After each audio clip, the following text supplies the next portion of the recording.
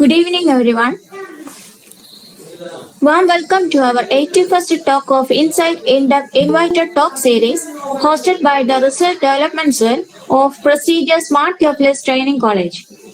Thank you for being here. Myself, Pavitra S., Research Scholar, Smart Capitalist Training College. Let us begin our meeting by seeking the blessing of Almighty with a prayer. Kindly mute your audio, please.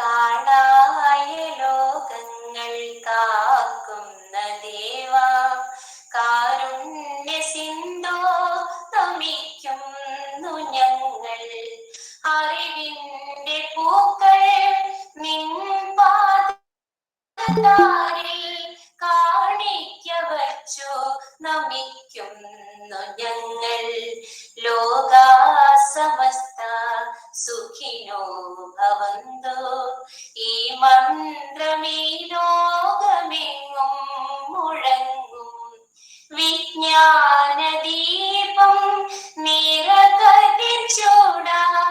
നേരിന്റെ പാത തെളിക്കേണമേ നീ കാണായ ലോകങ്ങൾ കാക്കുന്ന ദേവാ കാരുണ്യ സിന്ധോ നമിക്കുന്നു ഞങ്ങൾ.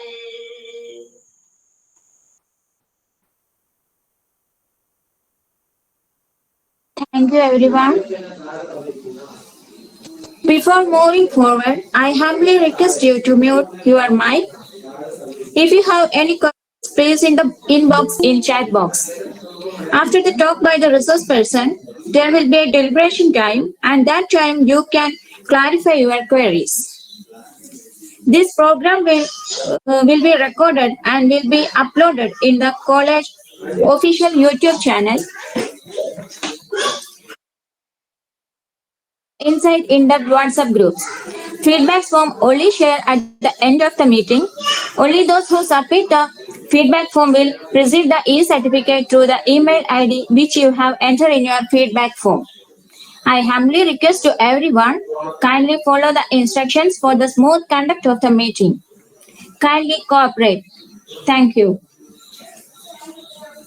I now invite Mrs. Sindhu Sara, Research Scholar, Marketplace Training College, for the welcome address. Over to Sindhu ma'am. Thank you, Pavitra. Am I audible? Yes, ma'am. Okay, thank you. Good evening, one and all. It gives me great pleasure to extend a warm welcome to everyone who has joined us on this virtual platform for today's Insight In-Depth talk. First of all, let me welcome Dr. K.Y. Bendick, sir, Principal of Theophilus Training College, whose efficient leadership has helped us to coordinate and conduct this series of programs. We welcome you, sir, to this program. Today, we have with us Ms. Aarathi Bhaskaran, online consultant and psychologist, who will be speaking to us on a very relevant topic, mindfulness in school psychology. We welcome you, ma'am, to the program. Let me also welcome Dr. Bindu, ma'am, the research coordinator of our research wing, for her constant guide and support. We welcome you, ma'am, to this program. Finally, let me welcome each one of you, teachers, research scholars, research guides, and all students who have joined us for yet another enriching session. Thank you. Thank you, Sindhu ma'am. Our topic is mindfulness in school psychology. It is great pleasure to invite Mrs. Aarathi Bhaskaran as a resource person. For knowing more about the resource person, let us invite Mrs. Priya Yui for introducing the guest of the meeting. Over to Priya ma'am. Thank you, Pavitra ma'am. Am I audible? Yes, ma'am. Yes, thank you. So, good evening, on and all. Myself, Priya, on behalf of Martha Plus Training College, I would like to extend a warm welcome to all honorable dignitaries, teachers, and dear participants. It's my intense pleasure to welcome you all for today's Insight Invited Talk. So, star shines at night. Some stars shine at bright daylight. Yes, we are indeed privileged to have a passionate psychologist and an amazing personality, Miss Bharati Bhaskaran, a motivated and passionate psychologist with an eagerness to provide mental health care through empathy, empathetic listening skills, collaborative problem solving skills, and assessment skills. She has got prior experience with telecom counseling for a wide range of people, extending from married individuals to single, school individuals to older individuals, individuals who identify themselves as being a member of the LGBTQA plus community, and individuals with a different kink seeking affirmation. She's a military background and engaging with varied cultures in our country, has held her position and made herself equipped with necessary skill to engage, empathize, and to understand individuals who come from different backgrounds. She has also experience with assessments such as intelligence testing, sexuality questionnaires, and mental status examination. She is a King of Affinity, LGBTQA plus and friendly psychologist. Apart from all these attributes, she secured masters in clinical psychology and did dissertation on the topic the relationship between intimate partner violence and adverse childhood experience in lesbian, gay, and bisexual individuals. Going through her employment history, she is an online counseling psychologist and acquired skills that are required for conducting telecounseling. Ma'am, we are really proud and indeed privileged to have you as our chief guest and speaker of today's invited talk. So, once again, I welcome you, ma'am. A hearty welcome to this section. Thank you, ma'am. Welcome you, ma'am. Thank you so much. I'm glad to be here. This is Yeah. a privilege. Thank you. Yeah. Okay, ma'am. Okay. Thank you, Priya ma'am. Let us invite our resource person, Ms. Aarti Bhaskaran, for giving a grateful thought. Thank you. Aarti ma'am, please. Thank you so much. Thank you, everyone. I'll turn on my camera right now. Shall I start presenting? Yes, ma'am. Okay. Yes, ma'am. Yeah.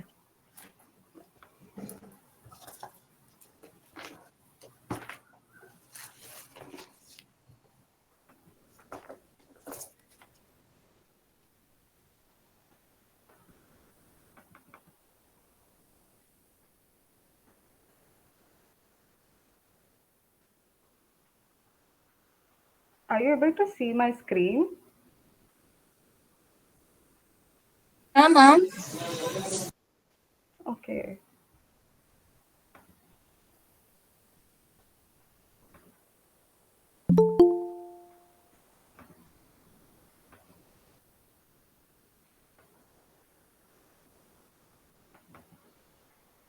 I don't know why, but I'm unable to share my screen.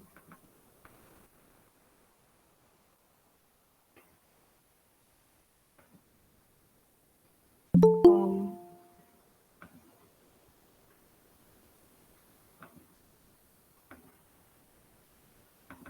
I am really not able to share my screen. I'm so sorry. I don't know why it's not showing.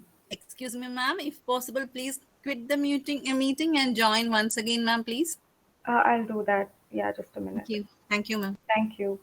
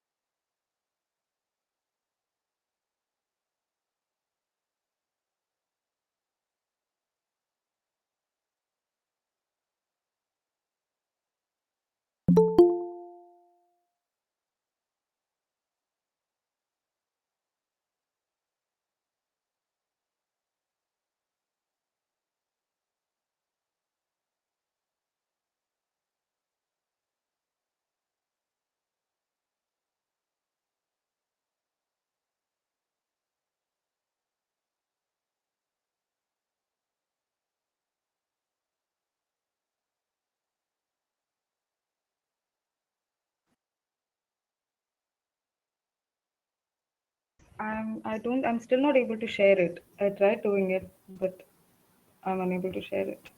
If somebody can give me their mail ID, maybe they can share it for me and I can just talk. Is that possible? Yes, ma'am. Yeah. So can I have a mail ID? Maybe in the chat box, somebody's mail ID. I'll share it with you. I'll share the PPT.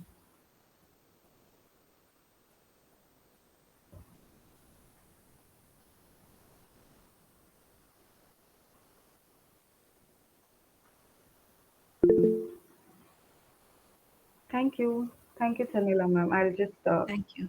Thank you, ma'am.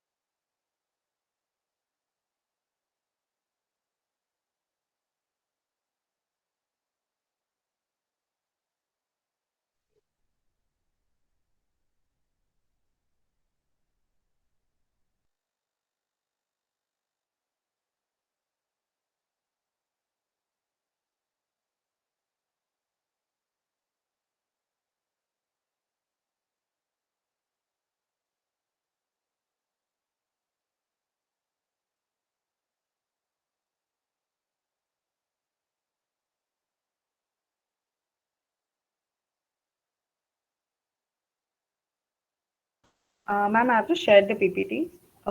Have you received it? Let me check, ma'am, please. Also, I'm really sorry for this. I don't know why this is happening. Technology always seems to be failing me, so I'm really sorry.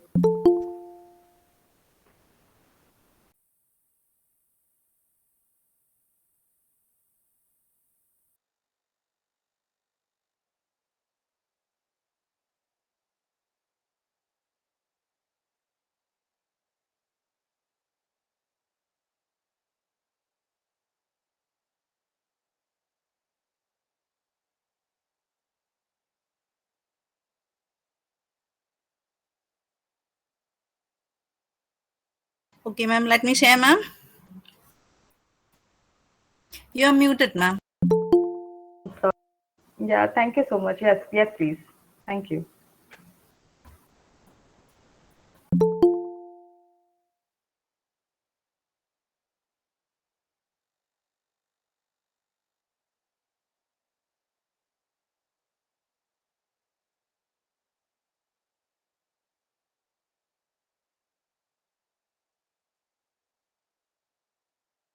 Yeah, so it's on slideshow. Thank you so much, ma'am.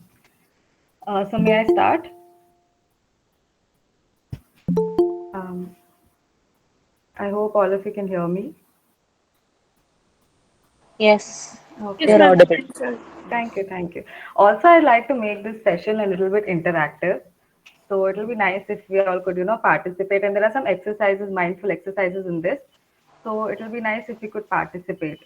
Right. So, okay. So the content for today, what we're going to be doing, what we're going to be talking about is mindfulness. So what is mindfulness? And how can we apply this mindfulness in a school setting? And then finally, we'll review all of the mindfulness techniques. So if we can go to the next slide.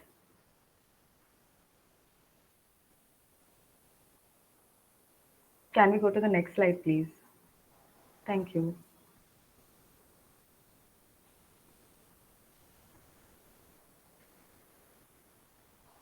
Sanila? Yeah. Okay.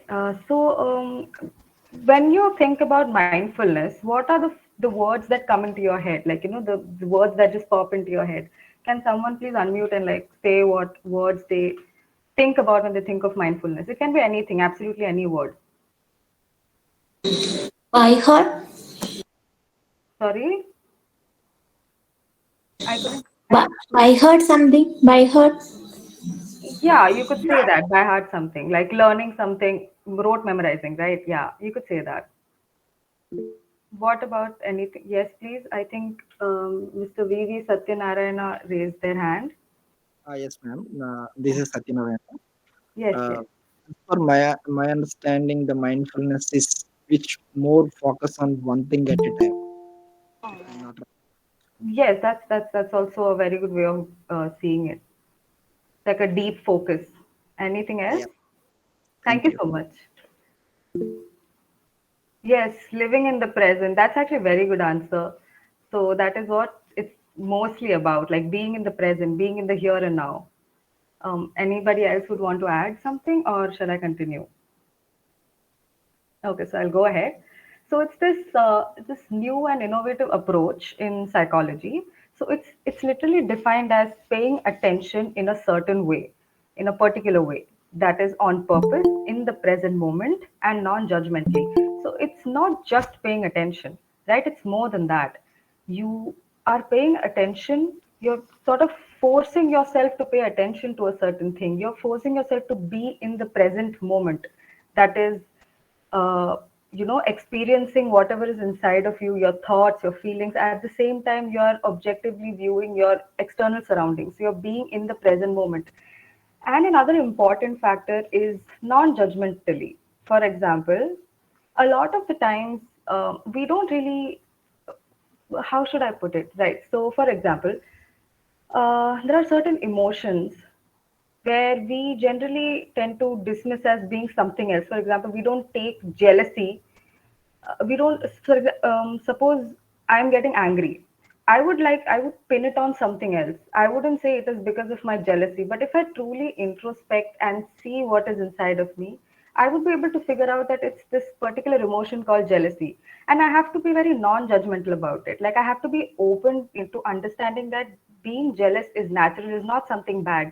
So I can be, more accepting of that emotion and of every other human emotion and every other experience. So that is what you mean by non-judgmentally.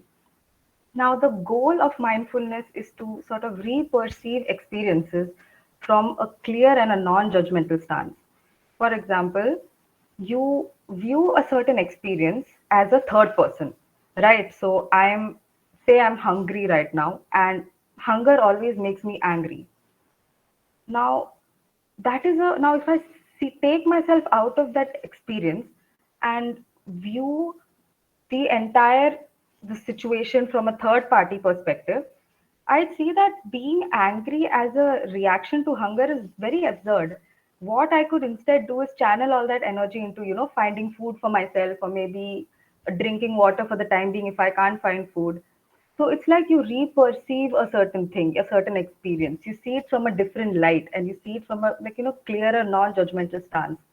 And it also helps in shifting of the awareness from simply the content of the experience, that is, okay, I went to the mall, I did this, I did that, to the actual objective observation of the experience.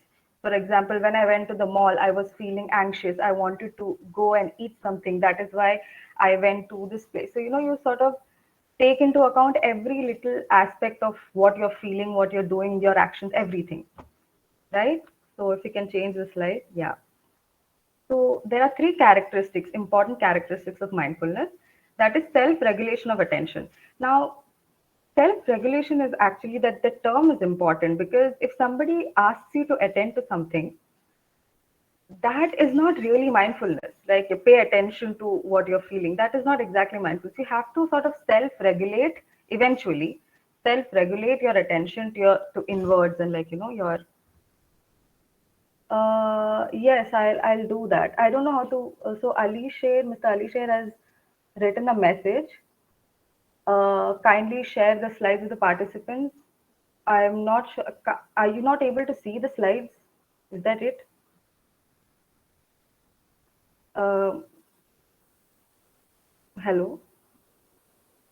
Are you able to see the slides? Yes, ma'am.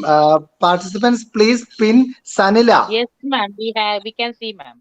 Okay, okay. Thank you. Others, please pin Sanila. Then you can watch the PPT, please. Thank you. Okay, thank you so much. Uh,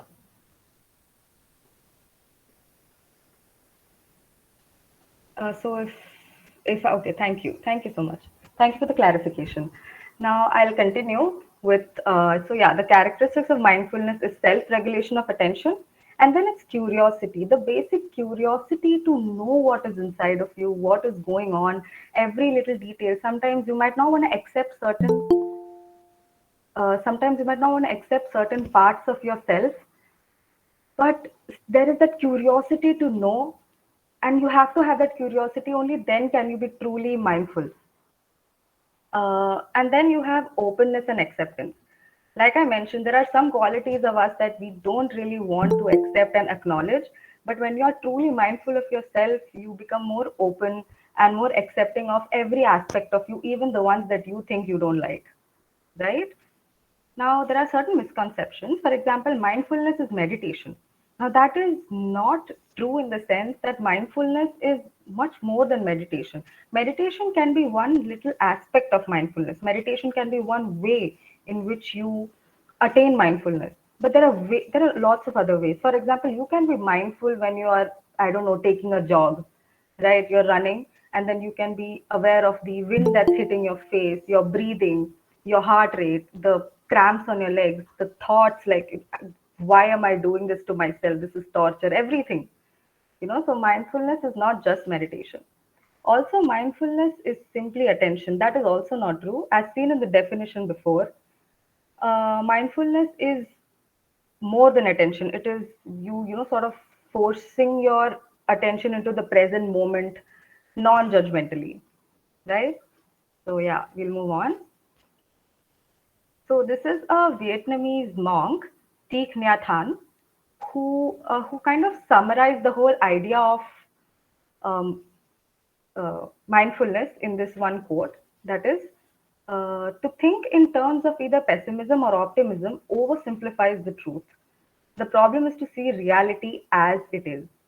So what he's basically saying is, looking at a certain event with like rose tinted glass, or the complete opposite, like, oh my god, I'm doomed, that is not exactly seeing the truth. The truth is seeing the reality exactly as it is. Now that is what mindfulness is all about, an objectively viewing reality. Now we'll talk about mindfulness in school settings. So here, how should we implement mindfulness in a school setting? Can we move on to the next slide? Yeah, thank you. Right. So this integration of mindfulness into the school setting is quite recent. And it's beneficial in the sense that mindfulness can help the students maintain focus, clarity, and help them to achieve their goals. So, in order to do so, theorists have come up with this three-tiered model of service delivery, which shows how exactly this integration of mindfulness in an education setting can take place. So, if you look at the image right there, that little image, you can see like it's a triangle, and the bottom tier is tier one, called universal interventions, where you provide an intervention on like an entire like a school wide basis. To literally every kid in the school should be able to do mindfulness in some way or the other. So that is your aim. It's basically preventive in nature, where students can handle like the minimal amount of stress, so that they don't exceed beyond, they don't get like these extremely stressful and behavioral issues because of stress. So it's a very preventive way of dealing with students. Then comes the targeted group intervention, which is you take a very small a small group of students, and you do the intervention with those who have very similar issues. For example, you have students who have behavioral issues like hyperactivity issues. So you take all those students and you conduct the intervention. Then we have like very intensive intervention that are like individualized, need based, as in every student has their own unique problems that you can't really club them into a group. You have to do the intervention on them alone. So that is something that is beyond the scope of this lecture, because that is something that a therapist has to deal with. So we won't talk much about that. But the other two, we'll talk about some techniques that teachers and educators can use to bring about mindfulness in that school setting. So we'll talk about the techniques in the next slide. So again, we'll just review the three-tier system. There is universal or tier 1, there is targeted or tier 2, and there is intensive or tier 3. So the universal is, can we go back please? I'm so sorry. Yeah, so the universal, again, like I mentioned, it provides support to all the students. Targeted is for a group of students who are in requirement of a greater level of support, and intensive is for like individualized intervention. Now, if you can go forward to the next slide, we can move on.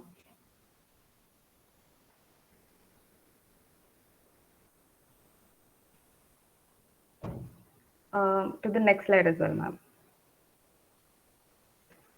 So here we have to, so mindfulness is actually, it can be divided into 4 core competencies or 4 core ideas. One is awareness of the body, awareness of the feelings, awareness of the thoughts, and awareness of relationships. Right. So the first thing is awareness of the body. Now, there are 3 exercises that we can do that can bring awareness of the body. Basically, which means that if your mind is wandering, you're too stressed, in order to ground yourself, bring yourself to the present, you do these exercises so that you are aware of whatever is happening in your body and stuff. So, if somebody can unmute and do an exercise with me, can somebody volunteer? It's nothing. You just have to like I'll ask you some questions, what you can see, what you can feel, and then we can go about it. Is that possible? Can anybody volunteer? Yes, please. Mr. Satyanarayana, you can really. Can you hear me? Yes, yes. Yeah. All right. So this exercise is called the 5 senses exercise. Okay, so can you tell me the 5 things that you can see right now in front of you? It can be anything. I lay down on my bed actually. There is a stress on knee. Mm-hmm. I'm also putting my chin on my hand. There is a press, another press. And uh, still before the joining this meeting, I read my I Uh, may work I work chapters actually. I'm feel uh, my just a minute, Mr. Satyanarayan. So, what I meant is 5 things that you can presently see right now. What are the 5 things that you can see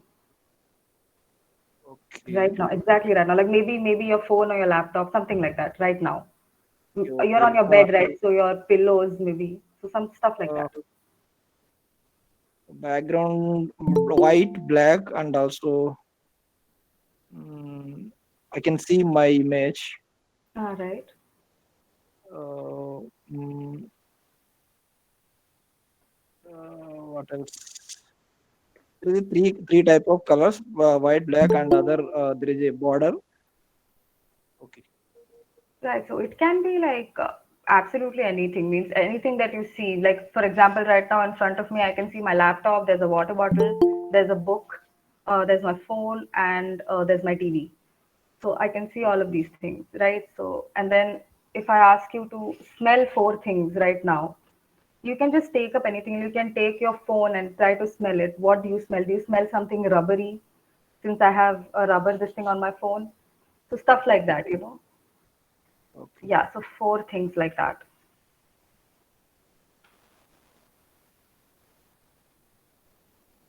That I can. It's okay if you can't. I mean, like, so I'll do one thing. I'll just explain things and Okay. then we'll go Go on. like that. Yeah. Okay. So then the 3 things that you can hear, that is for example, right now I can hear myself, I can hear the fan, and I can hear my laptop getting heated up. 2 things that you can smell, I can smell. Oh yeah. So Dr. Benedict can see a book, bulb, switch, mirror, chair. Yeah, that is exactly what I was looking for.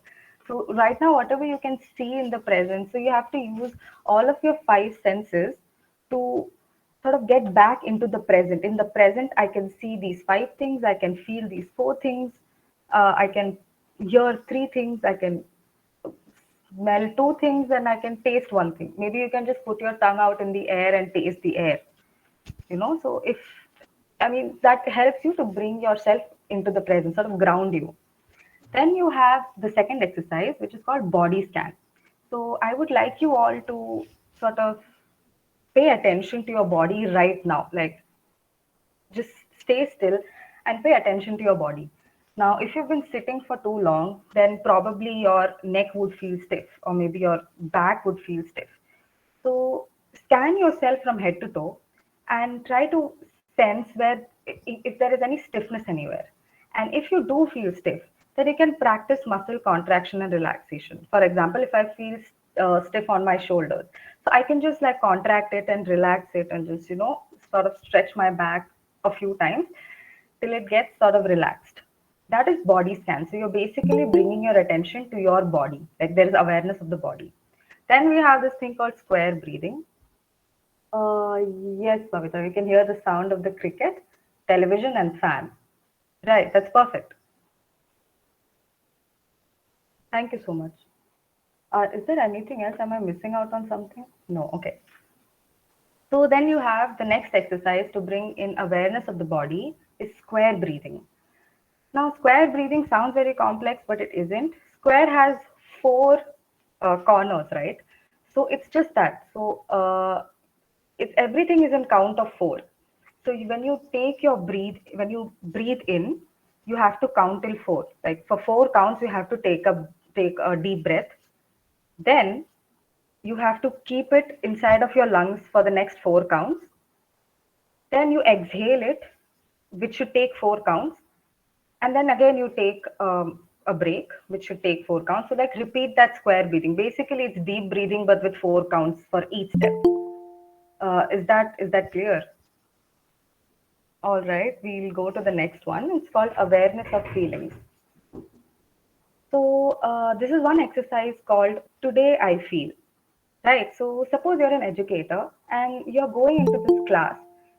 The first thing you could, to bring that mindfulness into their heads, the first thing you can do is you can ask them, or you can just ask them to write it down. What are you feeling in this present moment? And then if you are feeling something, it's perfectly all right to be completely still and not feel anything. But if you do feel something, then why do you feel this? And what happened to trigger this particular feeling? So this helps in identification of the feelings. For example, if I'm very agitated, if I'm an agitated student, and if the educator comes into the class and asks like, what are you feeling in this moment? I'll be able to analyze my feelings better and why exactly I'm feeling this particular kind of an emotion. Yes, a kind of a self-talk. So you sort of diagnose yourself as to what the issue is. But then the prompt comes from an external person because children generally don't think about these things. So mindfulness has to be kind of prompted onto them, right? If it's an adult, then I think we can. If it's an adult, then I think we can just, it is self-awareness. It's definitely self-awareness. Mindfulness is self-awareness. It's also being aware of your surroundings, not just self-awareness and everything, just your feelings, your thoughts, your cognitions. It is definitely self-awareness though. But here, specifically in this exercise, we are talking about like today what I feel. We are talking about the feeling that I'm currently feeling right now. The second exercise is melt or freeze. So, Priya, you said introspective. Yes, introspective. Exactly. That is what, so children generally don't engage in introspection. So this exercise can help them introspect what their feelings are and how they are going about it. So now we have melt or freeze. Here, the term melt is synonymous to engaging in action, like giving into your impulse, whereas freeze is to stop and think. right? So here the exercise is you give students um, some random situations, all right, and then you ask them how would you react? Would you freeze and stop and make a good choice in this situation, or would you melt, like give in to your impulses? So, for example, if we take today's lecture, um, suppose suppose this class is going on, and your phone, there's a message ping on your phone. What would you do? Would you freeze? That is, would you, not focus on that and make a good choice, like listen to the class, or would you give in to your impulses and check your phone? So, accordingly you can sort of, if you do say that, I am going to check my phone, you can introspect as to like why would you do that. Is there some kind of an anxiety that you have that if I don't check my message at this particular moment, um, something will happen, maybe I'll miss out on an important message? Is it that, or is it, so you sort of analyze all the feelings behind that particular choice. So what happens is the next time when an actual situation like that happens, you would tend to make the right choice, like tend to, stop and think, because you've already sort of been through it and you've done the pros and cons of what would happen, right? So that helps in the regulation of your, so basically having an awareness of your feelings helps in regulation of your impulses. Um, yeah, so now we have awareness of our thoughts. Now, all of this is closely related, okay? Like, just for the sake of explanation, and so that, different exercises are given, but all of these are kind of closely related. So, you can do any of these exercises based on the need or, like, your convenience. Now, in the awareness of thought, there's one really good psychoeducative tool called mindful glitter jar. Now, it's a psychoeducative tool in the sense that it demonstrates how having like a messy head full of thoughts in disarray can really help you not see things clearly and make hasty decisions, wrong decisions. So what you have to do is you show kids that, you take a jar and then you fill it up with water, and then have the children pick two different colors of glitter, one to represent the thoughts and one to represent the urges, and then you dump them both into the jar. So then you ask the students like what are the events that could stir up this jar. Now, so they would say probably, some distressing events like fight with siblings or like losing in sports and stuff. So basically, the jar here is your mind, okay? And so when a distressing event happens, kind of shake the jar, and the glitter is all the glitter, different kinds of glitter all over the place, right? So you can't discern exactly what is what. You can't see through things. Nothing is clear when it's all shaky and messed up. So then you ask them to wait for some time and let the glitter in the jar settle down. So what you're essentially teaching the students is that if your thoughts are in a disarray, you will not be able to see things clearly. So in order for you to able to see things clearly, you have to wait for some time. You have to let all your thoughts settle down, maybe do some deep breathing for that. And once all the glitter settles down, then you can see clearly and plan ahead, like plan what you should do next. Yeah, so this is like a really good exercise. Kids can sort of visualize uh, the whole process of awareness of thoughts very well with this. Now, the next thing is you can do is stop mindfulness. That is, stop whatever you're doing. It's a distressing situation, so just stop. Take a deep breath. Observe. Observe objectively. That is your surroundings and your thoughts. You will objectively, not subjectively, you will accept everything that is going on in your head and outside. You will observe, and then you will finally proceed to take action. Like, what is the best course of action for you? So, you will mindfully make a choice. And then we have positive affirmations. Positive affirmations is something that has really helped me, especially when you feel like, life is not going how you want it to go. And sometimes you just feel like maybe I don't have a future, or maybe my career is not going in the right way.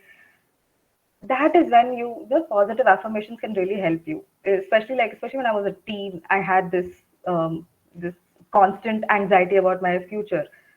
So then, you kind of tell yourself that I don't need to worry. I can always try again. And then like I can do more than I believe, stuff like that. All right. Is it good so far? Like I can move on, right? Any doubts?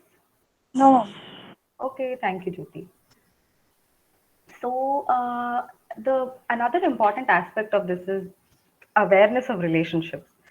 Now, you are not really you, right? You're not living in an isolated world. You're living with people. So it's not just enough to be aware of yourself, your inside, your mind. You also have to be aware of how you influence others, your social relationship.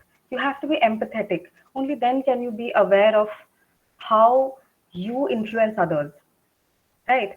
So, and one exercise you can do is assessing versus judging others. Now, in this, you can pair two kids and then give them a topic. So they'll have a conversation about the particular topic. For example, it could be anything like from your favorite food to, um, I don't know, the war in Ukraine. It could be absolutely anything. So have them have a conversation about the topic, and after the talk, you give them like a sheet uh, where they have to write down like what assessment did you make of that person, what assessment or judgments, right? Like what did you think when you spoke to that person? What did you think they are like? And why did you make those assumptions? Like what did that person say when you made those assumptions? And then what are the events and relationships in your life that are associated with your assessments? So a lot of times we are judgmental because of certain prior experiences. That is not a bad thing. But when we sort of brainstorm and brainstorm about this particular question, like why did you make those assessments, you tend to realize that eventually from judging you turn to assessments, in the sense that at first you might think, oh, maybe that person is a narcissist, that is why they are um, I don't know, constantly uploading pictures on Instagram. But then the more you talk about them, the more you think about it, you could also have other options, right? Like it could be because they have a need for attention because they don't get attention at home. So everybody needs that love and attention. So maybe they are seeking it from Instagram. Maybe that's why they're doing it, right? So it's this constant brainstorming, and when we constantly ask this question, why did you make those assumptions? That is when they start assessing others rather than judging. So that also takes a lot of practice. And then there is this thing called lots of feelings. This is mostly used for little children, like very small kids. So here, what we can do is make children sit together and then give them a toy, right? And then you say that this toy, let's say it's a teddy bear. Say that the toy is sad. Then you'll ask the child how they look like when they are sad in the mirror. So let them all like see a mirror and be like, okay, they'll make the sad face, and then this is what I look like when I'm sad. So you tell them that the teddy bear is also sad right now because they feel left out and nobody's playing with them. So you ask the child, like, what could we possibly do to help the teddy? The child would say either like we could play with him, or we could ask him what's wrong, or if he needs a hug, we could do that. And then they could actually proceed doing that with the teddy. Like they could start playing with the teddy, or they could give the teddy a big hug. And then we again ask the child, like, how does the teddy bear feel now? So the child would probably respond with, yeah, the teddy bear feels better. And then again make the child sit in front of a mirror and be like, can you, uh, what, what do you look like when you're happy? So the child then will smile or make a happy face. So this basically encourages empathy and like a social awareness, like what you can do to improve somebody else's quality of life and improve your relationship with that person. So this is that lots of feeling thing. Another additional exercise that I think all of us can do is to write a journal, right? Either a mindful journal or a gratitude journal, where you could write about absolutely anything you're grateful for. I'm grateful for my dog. I'm grateful for my family. I'm grateful for my art skills. So anything that you're grateful for, it can be the most littlest things. But then, yeah, you can write down every little thing that you're grateful for. You're grateful for your good health, anything. And you can write down anything that you've been wanting to do. Like, I want to skydive, or I want to go, I don't know, to some other country maybe, or I want to travel. So all of those things you can write down. You can write down the things that you would like to say to your family that you haven't said yet, the things that you would like to say to your friends, and the things that you love about yourself, and that the things that you don't really love about yourself that you would like to work on and change about yourself. All of those things, like your inspiring quotes and movies, and what about them inspired you. Everything that you have to write, you want to write it down. So this basically helps you in, like, whenever you feel stressed out and you feel like you have no other options left, and you just feel clueless. That is when you can open it, read it, and remind yourself that life is in progress. This is not the end. There is a lot of things that will come. They may not always be nice, but not every time will it be bad either. This is not a pleasant phase, but I still have all of these things that I'm grateful for, in your gratitude list. So, and sometimes if it helps, you can also jot down your thoughts and feelings, and then try to analyze it objectively. Like, am I taking this a little too seriously? Stuff like that. So yeah, so this is the tier two one that we're talking about. So you have tier one, that is for like the general school population. Tier two are targeted interventions for a group of students with similar needs. So generally, we tend to see students having hyperactivity behaviors, right? So that is one major thing that we see in schools. So other than all these techniques that I had mentioned before, we can also try these three techniques.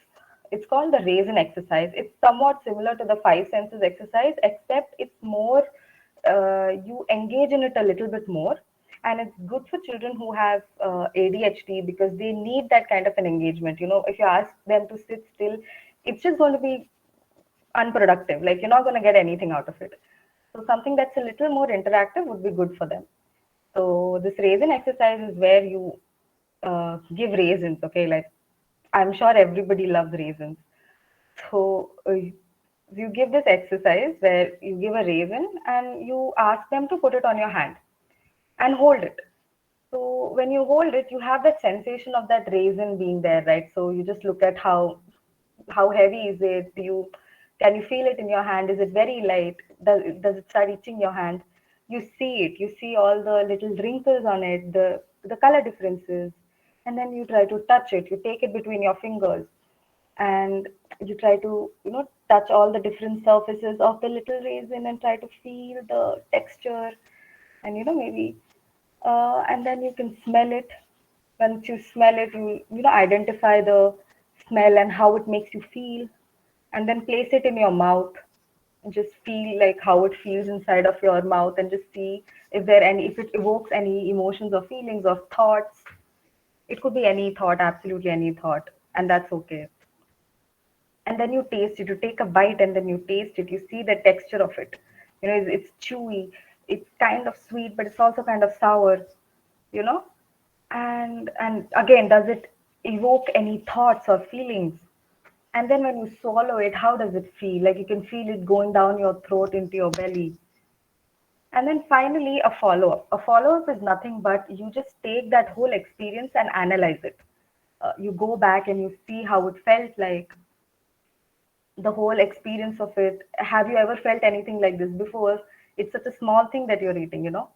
So when you focus all your attention from that distressing event to this little raisin, it sort of helps reduce your immediate stress. And at the same time, for kids who have hyperactivity disorders, they find it very difficult to get into mindfulness. So for them, this is a great tool to cultivate, to start that whole mindfulness journey for them, right? And then we have yoga poses. So yoga poses, I'm sure everybody can, like, other kids can also do, but this is especially beneficial for them. And it helps in sort of bringing them back into the present. And then there's another one. So a normal meditation generally doesn't work with children with ADHD because their mind is always racing. So if there is absolutely nothing in your surrounding, and if you ask them to close your eyes, they'll be very jittery. They'll start moving around, shaking their legs. They'll be very jittery. So a better thing to do would be to help them meditate using a bell. So when you ring a bell, it should be a very loud bell, which kind of vibrates and reaches the entire room. And ask those kids to, just relax, close your eyes, and listen to the vibration, feel the vibration, listen to the sound, and um, sort of, you know, see what feeling, what thought it evokes. Does it remind you of, I don't know, Bruce Lee movies with that big gong, or does it remind you of, Buddhist temples, or like even normal Hindu temples? What does it remind? So it can be anything. Yes, you have to constantly talk to them and tell them, what are you feeling? What does it? Uh, can you connect it with something? What does it remind you of? So it really helps improve the attention span of children. So we what we can do is we can repeat this. So again, like just one time, if you do it, it's not going to make any difference. We have to repeat this in multiple sessions, and we can also incorporate the other tier one skills like you know square breathing, all of those things, and that will help uh, children deal with their hyperactivity better.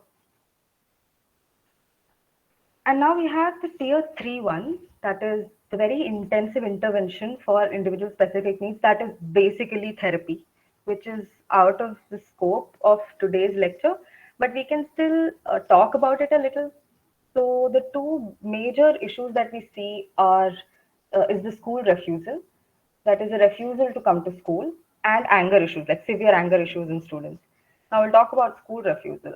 Uh, why do you think children refuse to come to school? Like, what do you think are the reasons? Can somebody just talk about it? Like a constant absenteeism. Why do you think that would happen? There are lots of reasons for it. It could be absolutely anything. Lack of interest. Lack of interest, yes. Social background. Absolutely. Social background, right. Thank you. Anything else? Ma'am, after COVID-19, they are in the habit of staying at home. Yes, exactly. Yeah. So pandemic has really messed it up, right? And yeah, they don't want to sit at one place for a very long time either. So that can be attributed to hyperactivity. So, but a lot of times that constant absenteeism comes from these, like she said, a family background. Like ma'am said, family background. That family background, maybe like bullying in school. Maybe you don't have maybe they are very introverted, so introverted that they can't have a lot of, there's no motivation to go to school because of, I don't know, lack of friends, their social circle, or maybe their family environment is bad. So for a lot of these things, children refuse to go to school. So missing their parents, um, I would say missing their parents is like a very it's for like very small kids, but that after like a few times when when they make friends and they have like a strong social circle, they generally don't miss their parents. That goes away within like a month. Fear of being ridiculed, absolutely. The fear of being ridiculed and like not having a strong social circle, fear of being bullied. So all of these things are there, so for which we need a proper kind of a therapy, one of which is acceptance and commitment therapy. Now that is, it's like a 5 hour workshop. So I'll just try to condense it. So here so acceptance and commitment therapy, as the term suggests, it's where you accept the situation that you are in. You don't submit to it. Okay, you're not like, okay, I've given up. That is not what you do. You accept the situation and you commit to working for the betterment, like working according to your values, right? So as it's written on the slides, it helps individuals behave in ways that are consistent with their personal values while at the same time accept their current experience, but then be less reactive to unpleasant experiences and have thoughtful responses. So it has these six stages, you could say, where the first stage is cognitive diffusion, where you separate your unpleasant thoughts from yourself. Now, like I said, now in the first slide, where you take yourself out of the situation and you see the entire situation as a third person perspective. Now, then you'll see that thoughts are just thoughts. That's the only thing they are. They're just words. They don't define you, they don't make you. Thoughts are not reality. Okay, now if I think that, okay, I have a cake in front of me, but that's just a thought. There really isn't a cake in front of me, unfortunately. If I think that, okay, for example, I hate dogs, but then somebody gets a little puppy and I start playing with it and I start liking it. That doesn't mean that I hate dogs. I mean, I used to think I hate dogs, but now I don't. So that means that thoughts change. They're not stagnant. They're not always truthful. They're not the reality. So when you understand that, you can separate yourself from those unpleasant thoughts. You're like, they're just thoughts. That's it. That's all they are. They're just words. Then you accept your situation. You don't submit to it. It's like you work with it. So there's this analogy that I really like. um, Imagine your life is, imagine your mind is the ocean and there are waves. So what do? The waves are the thoughts, all right? And the waves are pretty heavy, pretty intense, and there's lots of them, and it's all messy. So what do you, if somebody drops you into the ocean, do you just drown or do you try to swim and move with the waves? So that's the whole thing about acceptance. Like, acceptance is accepting the fact that you are in the ocean and there are waves and you're moving with the waves. um, Submission or just giving up would be that you are drowning, just drowning in all those waves. So that is what you do. You try to accept the situation and try to accept the emotion, keeping it aside, doing other things, right? And then you connect with the present moment, you observe yourself. And then comes the second part of the, so we have the acceptance and commitment therapy has two parts. So acceptance is done. Now, when it comes to commitment, what motivates you to commit to mindful actions, like mindful choices? So what you do with that is you do value clarification, which is you jot down a list of values in your life. What would happen if those values and goals were not met? What would your life look like if there were no values, or if what would it look like if your life, if you fulfill all your values and goals? So accordingly, you try to take action, even if it's a set stressful situation. You try to take action in ways that fulfill your values and goals, regardless of how difficult the situation you're put in. You will work accordingly. You're committed to stay true to your values. So that's basically what acceptance and commitment therapy is all about.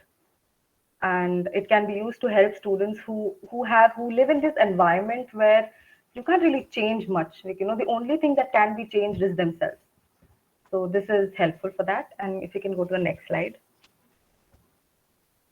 Now comes the aggressive behaviors. Now, a lot of students, you've seen these fist fights and just gali galoch amongst students. Now, everything constitutes as aggressive behavior, and it's not really encouraged, welcome. It's harmful for them.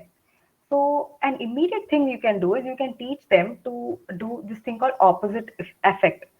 Affect means emotion. So when you are angry, you train yourself to think of something that is opposite to anger, maybe like something funny. So whenever you are angry, think of something that is, train yourself. It takes a lot of effort, but train yourself to think of maybe a funny song or like a funny scene from a movie, maybe a joke. So this can be used to gain immediate control of your anger, to stop yourself from, I don't know, punching a person. The second thing you can do is, it's like, again, this is a more long-term approach. It's called soles of the feet meditation.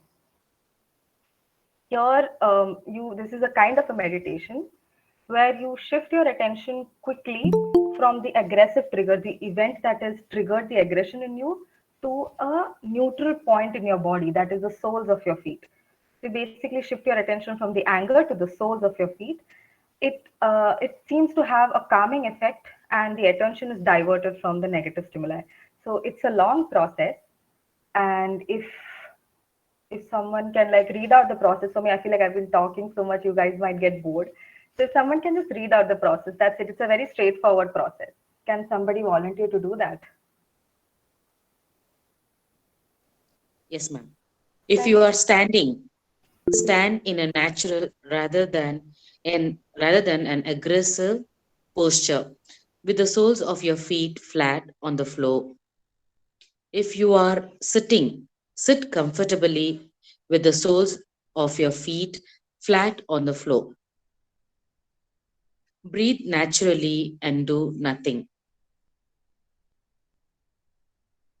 We'll go to the next slide, please.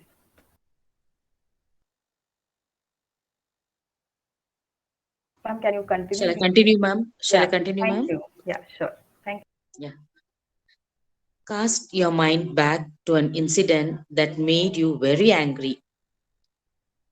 Stay with the anger. Let them flow naturally, without restriction. Your body may show signs of anger. Example, rapid breathing.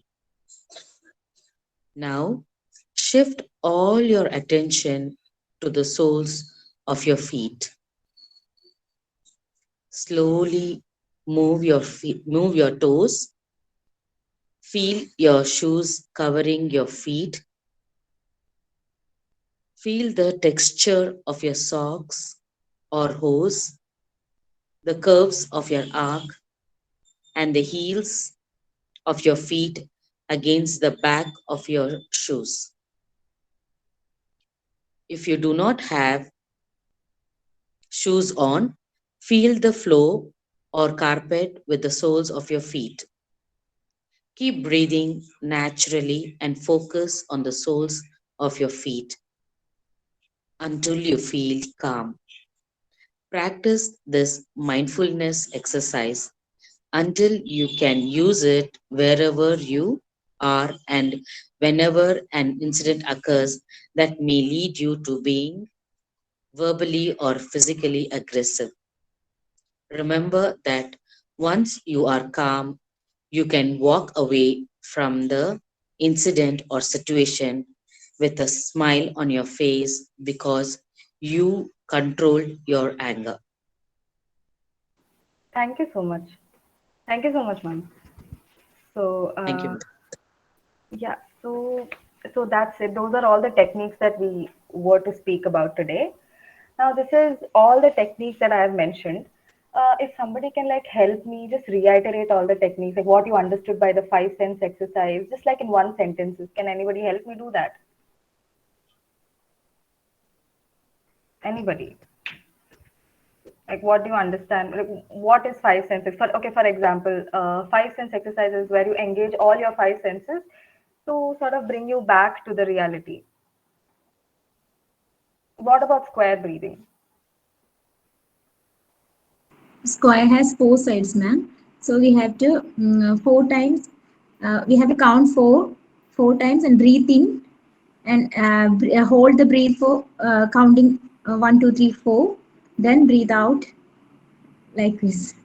Yes, thank you so much. That is perfect. That is exactly what square breathing means. Body scan, anybody?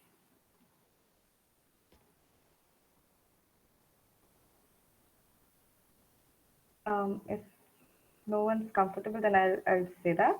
So body scan is literally nothing but you scanning your body to see if there are any tight junctions or like wherever you feel a little stiff, and then you contract and relax the muscles. What about today? I feel.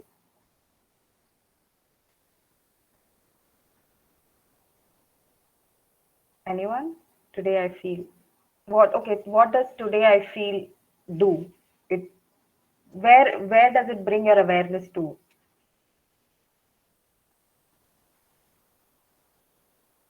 Anyone?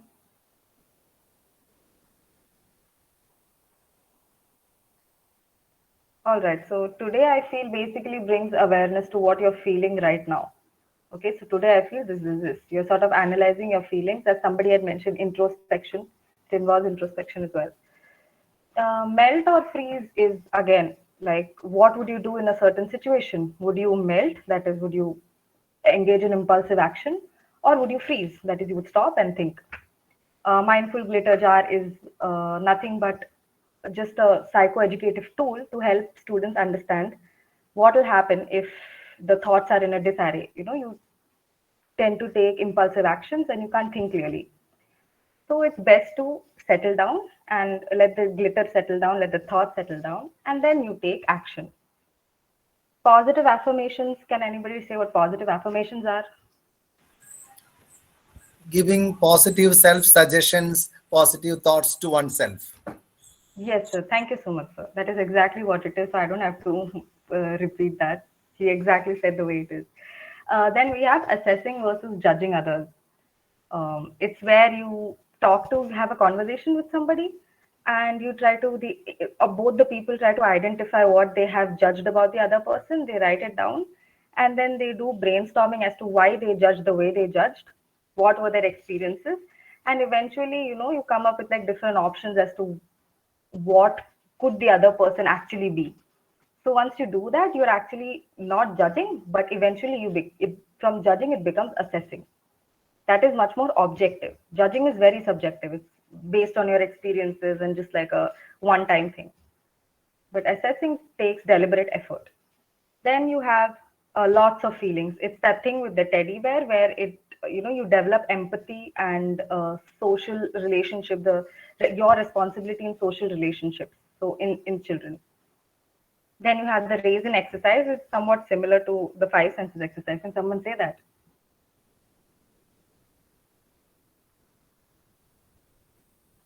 Take a raisin in your hand and have to feel the sides and the texture, and after that have to take it in your mouth. Then you can feel that. Then chew it like that, so that you can Exactly. feel that. It's a very good exercise. I mean, you get to eat also, and you get to be mindful. Thank you so much, ma'am. All right. Then we have the hearing meditation with Bell, specifically for ADHD children who have ADHD, where there's a bell and you meditate over it. You take in the vibrations and you just uh, try to associate all the feelings with that vibration or with that sound. Then you have the soles of feet meditation, where you try to divert all your aggression or your stress to the feet of your soles, so that you're not your attention from that negative stimuli is taken away, and you can finally settle yourself down and think clearly and not jump into like aggressive, physically or verbally aggressive actions. And then again, I didn't mention here, it's yoga. So that's all for today. That was all I had to say. This is my email ID in case anyone wants to know more about anything. I am always available. So yeah, thank you so much. It was a pleasure talking with all of you. Thank you so much, ma'am. Thank you. Thank you, ma'am. Thank you. Thank you so much, ma'am. Is there anything that you guys would like to talk about? Or you guys would like to like critique today's lesson, or maybe just talk about your own experiences with mindfulness? Have you ever done positive affirmations? Have they worked for you? Anything you could. Thank you so much, Akanksha. Thank you Thank so you much. so much, ma'am. Thank My name is you. Akanksha, Yes, and it Akanksha. was such a wonderful session. And I would like to share my experience of journaling Mhm. uh, uh, and positive affirmations. Yes, but the best part that helped me a lot was journaling, writing gratitude. Like I attended a gratitude workshop, and at like it is said, it did magic to my life. It was magical after attending that workshop. So I rigorously follow uh, the attitude of gratitude, and that really helped. So yes, gratitude journaling actually helped. And today's session was really wonderful. I'm so grateful that I could listen to you, ma'am. Thank you so much. Thank you, ma'am. Thank you. The pleasure was all mine. I mean, the pleasure was all mine. Thank you. And thank you for sharing your personal experiences. Anybody else would like to go next? Thank you. Thank you, Aarathi ma'am. This was a great session. I also have something to share with you. Um, I also practice a similar technique I saw of meditation, like concentrate on breathing from slowly intake from feet to head slowly by doing this by few minutes, and sometimes I felt reduce my headache or something. That was really helpful for me in our busy schedule like that. Anyway, thank you, ma'am. This was a very helpful session. Thank you so much. Thank you for sharing your experience. Thank you. I'm glad it helped you though. Like breathing exercises really do, if you do it regularly, it can really change the way you deal with stress and anxiety. Yeah, thank you. Thank you, Pavitra ma'am. Yes, ma'am. Thank you. Ma'am, could you please share some good book for the study? I mean, to learn many things on the mindfulness, how to be mindfulness. Could you please suggest? I mean, I read these research articles, right? Oh, So I can always share so whatever I've used in this particular slide, I can share those with you. The this book, it's a philosophy book by the same philosopher I was talking about, in the Vietnamese philosopher monk. So I okay. can share that book and the research articles that I used for this particular PPT. Would that be okay? Sure, sure, sure. I mean, if Sure. Yes, any, I mean, beginners could read and learn for about mindfulness, that would be Okay. Yeah. Yeah. beginners. I'll do that. Thank you so much. Thank you, thank you. I'll just send it to the ma'am who I think Sanila ma'am. Sanila ma'am was the one I sent my mail to. So I think she can share it, ma'am. You can share it with everyone. Would that be possible if I share you? Yes, ma'am. We will share it in our this is recorded and it will be shared in the YouTube channel. From there, they can access everything, ma'am. Sure, ma'am. Sure. I'll do that. Or shall I write to mail you if possible? Can I write the mail for you for Uh, this reference? Sorry, sir. I couldn't get you. Your voice is getting. Ma'am's mail ID is in the chat box. Yeah, yeah, Dear that is I'm participants, if asking. you want, you can take it from in chat box. Thank you. If you don't mind, I can write for you. You can write. Absolutely. You can reply me if possible. Absolutely, sir. Absolutely. Thank you so much. My pleasure. Thank you so much. Thank you. Aarathi ma'am, I am Dr. Joju from Martha Plus Training College. Your session was really insightful and you have given many practical methodologies of developing mindfulness. One of my research scholars is doing her PhD studies on mindfulness. Thank you very much. It was very good and very useful, ma'am. Really indebted to you, ma'am. Thank you. Thank you so much, sir. Thank you. The pleasure is all mine. Thank you so much for having me. Thank you. I feel honored. Thank you, sir. Thank you, ma'am. Dear participants, have any other questions or any doubts?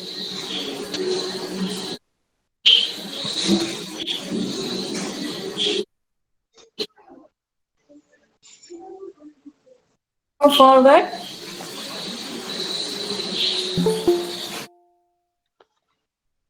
George sir, can we move forward? Andy sir? Okay, sir. It's time to express gratitude, and for that, let us invite Vinci Biju for expressing vote of thanks. Over to Vinci ma'am. Ma'am, are you there, Vinci ma'am? Yes, I'm here, Bhaskaran.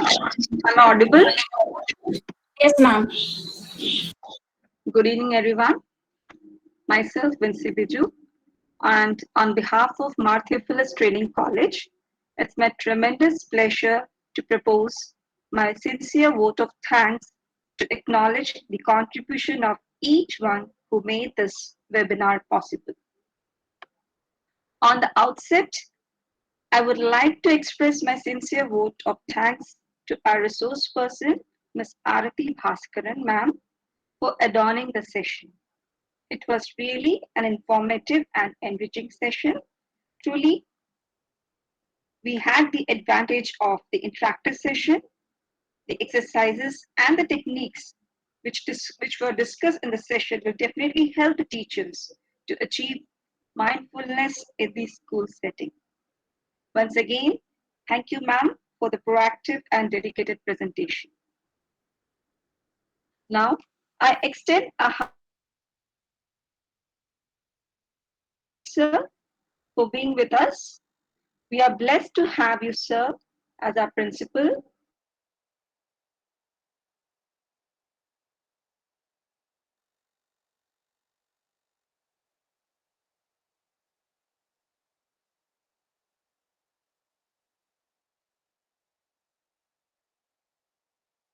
Hello, I'm audible? Yes, yes, audible. Yeah, you are audible. Hello, shall I continue? Yes, Am I yes. audible? Yes. I lost connection. That's why I just inquired. Okay, thank you. Now, it's my great pleasure to welcome our research coordinator, Dr. Bindu ma'am, who is one of the prominent faculty of our prestigious institute. Your guidance and motivation for the smooth conduct of Insight In-Depth Talk Series. Once again, I thank you, ma'am. Now, it's my privilege to propose vote of thanks to all the esteemed guests for accepting our invitation and be part of this program. Thank you all for gracing the occasion and sharing your valuable thoughts. I would like to express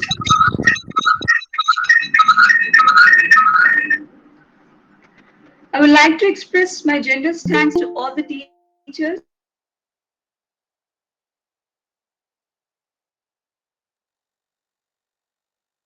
network issue है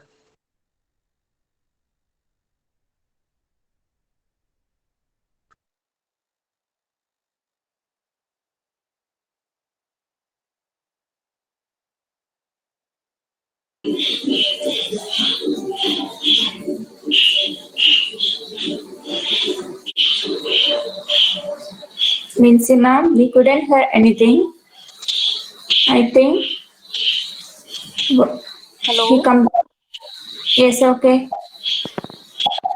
Should I continue? Repeat? Yes, ma'am. We are finished with vote of thanks. Hello.